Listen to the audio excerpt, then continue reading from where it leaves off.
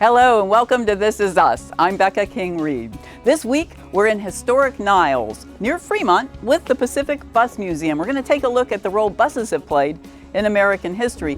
The Pacific Bus Museum is literally a rolling museum.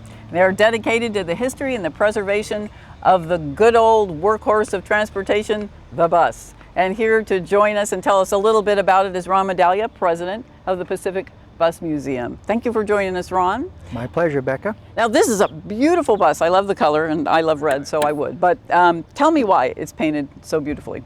Okay, this bus operated for many years for the Glacier National Park Transportation Company in Glacier National Park in Montana. And these are the colors that the transportation company used to paint their buses. Was red and black.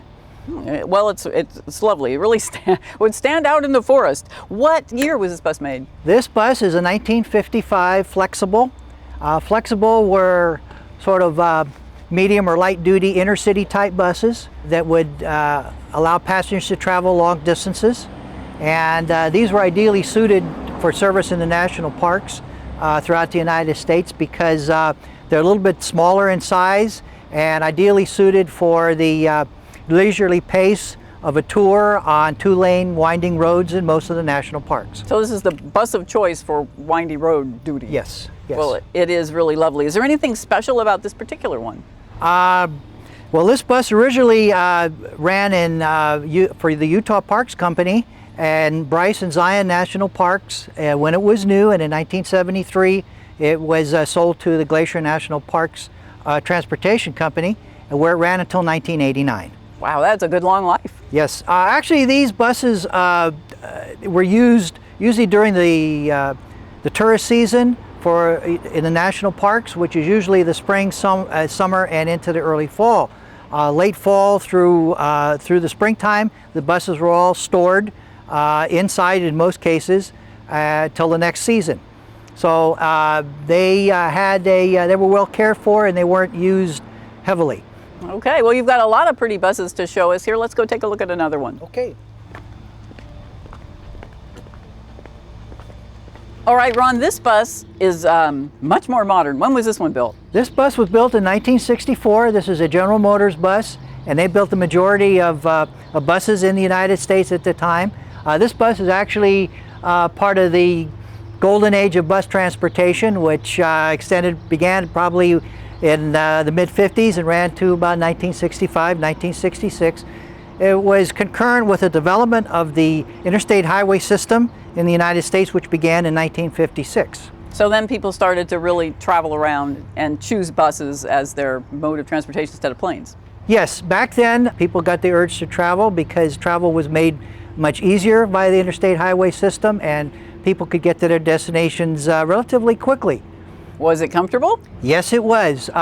Beginning about 1953, buses, the ride was improved with an air suspension instead of springs, which gave a much smoother ride.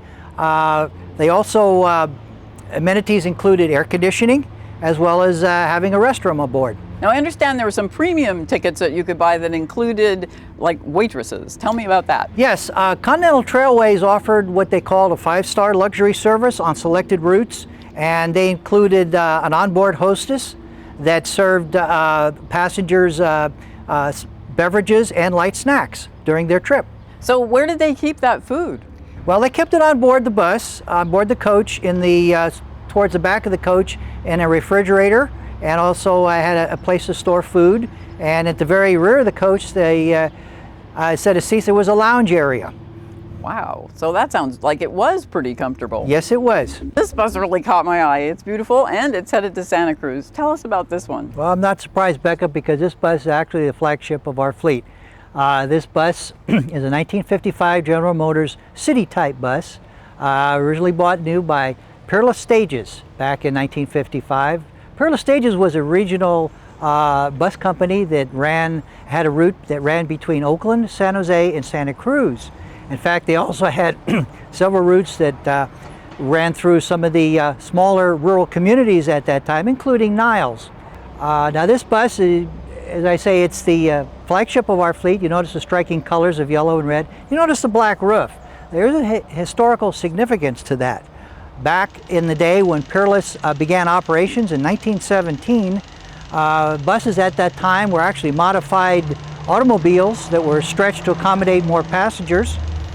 And as buses developed into larger vehicles, the roofs on the buses were actually made of canvas, and to waterproof the roofs, they put a black tar-like substance on the roof, so that's the black roof. And when buses actually developed into more modern buses, they still retained, Peerless chose to retain the black roofs on their buses well into the 1950s. So they just continued to paint them black as though they were the old, as an homage to the old days when there was a canvas roof there. Right. Okay, now I know you've got another bus from World War II. Let's take a look at that one. Okay. Okay. Well, Ron, this bus looks pretty old. I know it's from World War II. When was it built? This bus was built in July of 1945 during the waning days of World War II by General Motors. Okay, so what was its job? Buses like this, where their job was to transport the public from city to city. This was an intercity type bus.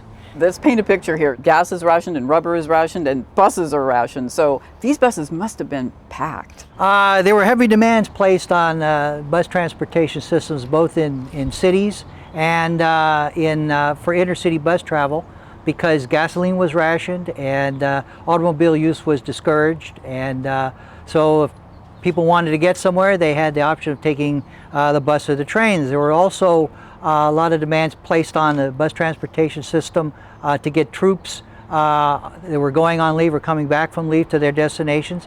Also during World War II, there was heavy demands placed on getting workers for the war effort to their jobs particularly in this area, in the shipyards. All right, so now people, the irony is, people were not allowed to, they weren't supposed to be driving their own cars around. They were supposed to take that pretty easy, take buses as much as possible, but buses were sort of rationed as well. Yes, during World War II, the production of buses was authorized by the Office of Defense Transportation, and they authorized the building of a number of intercity type buses like this, as well as transit buses for city use, and they were distributed throughout the United States on an as-needed basis. Now there was a special group of buses here, a special network that got those workers to the shipyards. Tell us a little bit about that. Yeah, Mare Island had their own bus system during World War II to get the workers to the shipyards and back. And now the shipyards at Mare Island during the war ran 24 hours a day. So there were 3 shifts, and the buses, this bus network consisted of over 300 buses, and they had routes that went as far east as Sacramento, Woodland, north is to Santa Rosa, and south into San Francisco and Hayward. Before we go, we've got one more historic bus we want to show you, and you can ride this one on Sundays from downtown Niles to the train depot where you can catch the Niles Canyon Railway. Are we ready to go, Ron? Yes, we are. All right, for This Is Us, I'm Becca King Reed saying so long.